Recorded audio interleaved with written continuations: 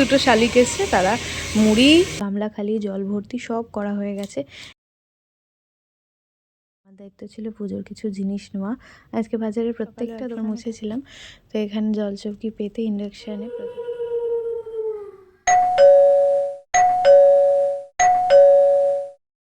Hello সবাইকে, good morning. আজ হলো 22শে জানুয়ারি। এখন ঘড়িতে সময় সকাল 9টা, ওই 3-4 মতন হয়েছে। আজকে বৃহস্পতিবার, তো ঘুম থেকে উঠেছি একটু আগে, বিছানাতেই ছিলাম। এখন সোজা যাচ্ছি ওপরে, মা পুজোর জোগাড় করছে। আজকে আমাদের গোপাল আনতে যাওয়ার কথা ছিল, কালকে রাতে যাওয়ার কথা ছিল, তো বৌদি কালকে আর দেয়নি। কালকে বৌদি বাড়ি ছিল না, রাত করে এসে, তাই আমাকে আর ডাকেনি। আজকে এখন আর দেবে না, দেবে বিকেলবেলা।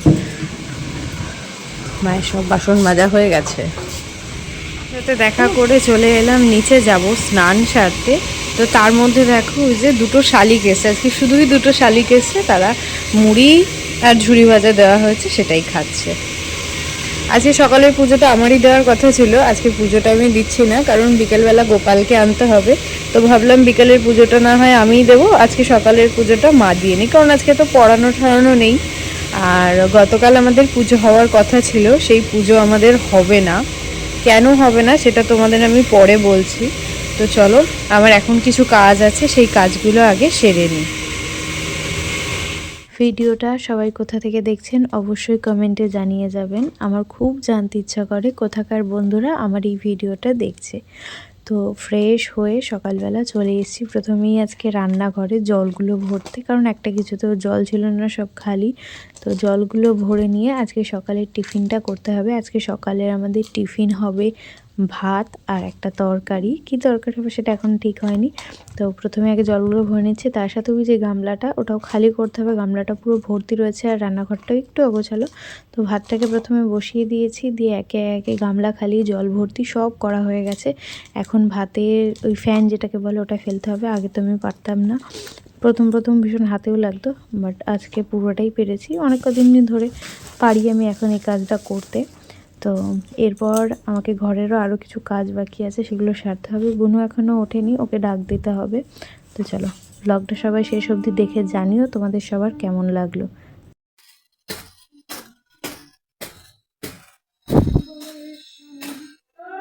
যাচ্ছি।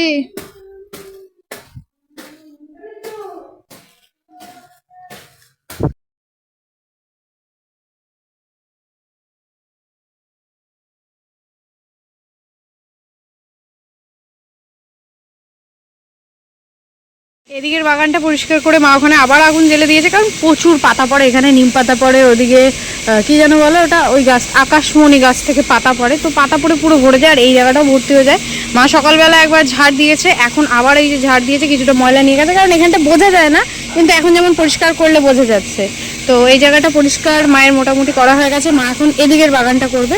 আমি এদিকটা কালকে করেছিলাম, এখন আবার পাতা পড়েছে, মানে এইখানটা এত পাতা পড়ে, এই ওপর থেকে মেগুনির পাতা পড়েছে, আর যে বাথরুমের সামনে পা পোছাগুলো থাকে ওগুলোকে ওই যে রোদে দিয়ে রেখেছি। আমার ঘর পোছা কমপ্লিট, স্নানে ঢুকবো। এই যে জল, এই সিঁড়িটুকু বাকি আছে, এটুকু কমপ্লিট করে স্নান করে বেরোতে হবে। তো চলো ঝটপট আগে এই জায়গাটা মুছে পরিষ্কার করে নিই।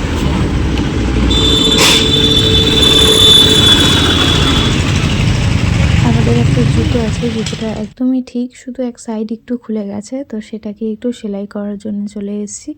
বুনোর দায়িত্ব ছিল জুতোটাকে ঠিক করে নেওয়া, আর আমার দায়িত্ব ছিল পুজোর কিছু জিনিস নেওয়া। আজকে বাজারের প্রত্যেকটা দোকানে ঠাকুরের জিনিসপত্রে ভর্তি। এই ঠাকুরের মূর্তিগুলো এত সুন্দর লাগছিল। ফেরার পথে আমরা একটু খাওয়া দাওয়া করলাম, আলু কাবলি আর চটপটি। তারপর এখন ফিরছি, আর ফেরার পথে মুখটাকে পুরো বেঁধে নিয়েছি, যে পরিমাণ রোদটা ছিল।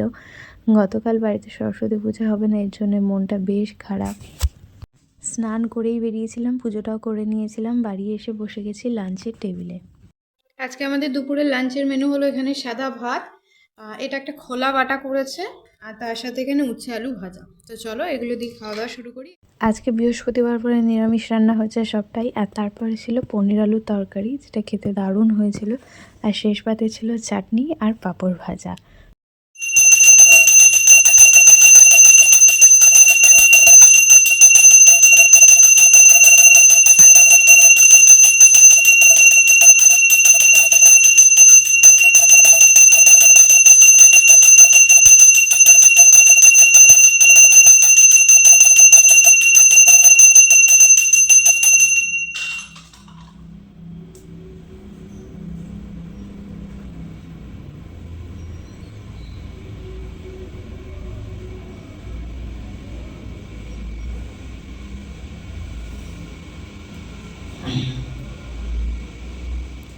সন্ধে তো দেওয়া হয়ে গেছে, আর সকালবেলা বললাম না গোপালকে আনার আছে, কিন্তু ব্যাপারটা হলো আমি বৌদিকে গত 2 দিন ধরেই বলছি যে বৌদি, মানে বৌদি বাড়ি ছিল না, তো তুমি যদি তাড়াতাড়ি বাড়ি আসো তাহলে আমি গোপালকে নিতে পারবো।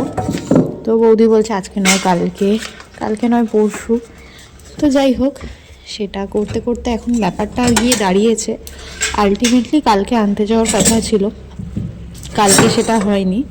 বৌদি রাতে মানে বাড়ি ফিরতে ফিরতে প্রায় 8:30 বেজে গেছে, তো সেই জন্য কালকে আনা হয়নি।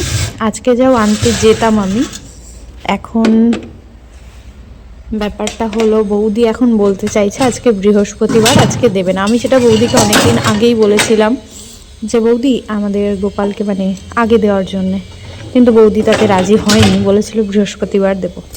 এখন সবাই বলছে নাকি বৃহস্পতিবার দিতে নেই, তো সেই জন্য আজকেও আমরা গোপালকে আনতে পারিনি।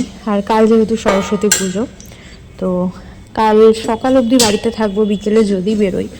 তো গোপালকে আনলে তো আর কিছু বানাতে পারবো না, তাই আজকে যখন ঠিক করেছি বানাবোই। তো আজকে এই বাসনগুলো একটু ধুয়ে নিই, একটু পাটিসাপটা বানাবো, আজকে ঠাকুরকে প্রসাদ দেবো, আবার কালকেও দেবো।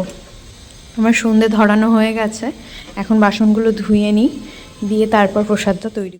ঠাকুর ঘরের ওপরের বারান্দাটায় যেহেতু খুব একটা বেশি আলো নেই, তাই চলে এসেছি আজকে নতুন ঘরে। নতুন ঘরটা যেহেতু একদম পরিষ্কার পরিচ্ছন্ন আছে, তো সেই ঘরটাকেই মুছে পরিষ্কার করে নিয়েছি। সকালেও একবার মুছেছিলাম।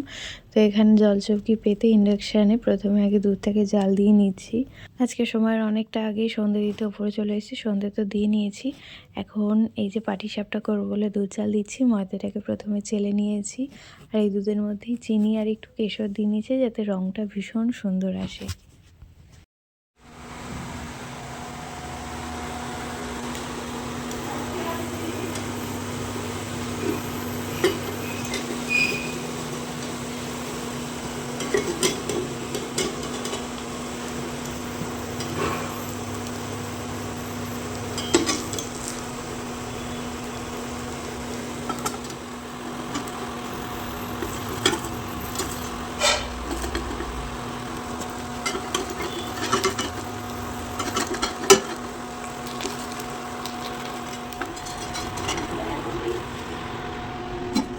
পাটিসাপটা বানানোর পর চলে এসেছি নিচে। সন্ধে দেওয়ার পর একটু ধুনো ধরিয়েছিলাম, সেটা তখন নিচে আনা হয়নি।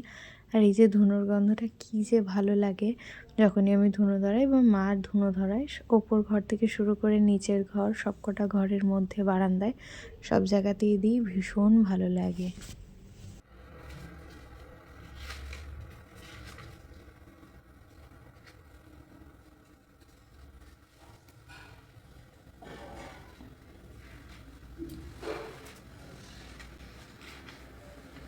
প্রতি বৃহস্পতিবারের ব্রত কথা দোল পূর্ণিমা।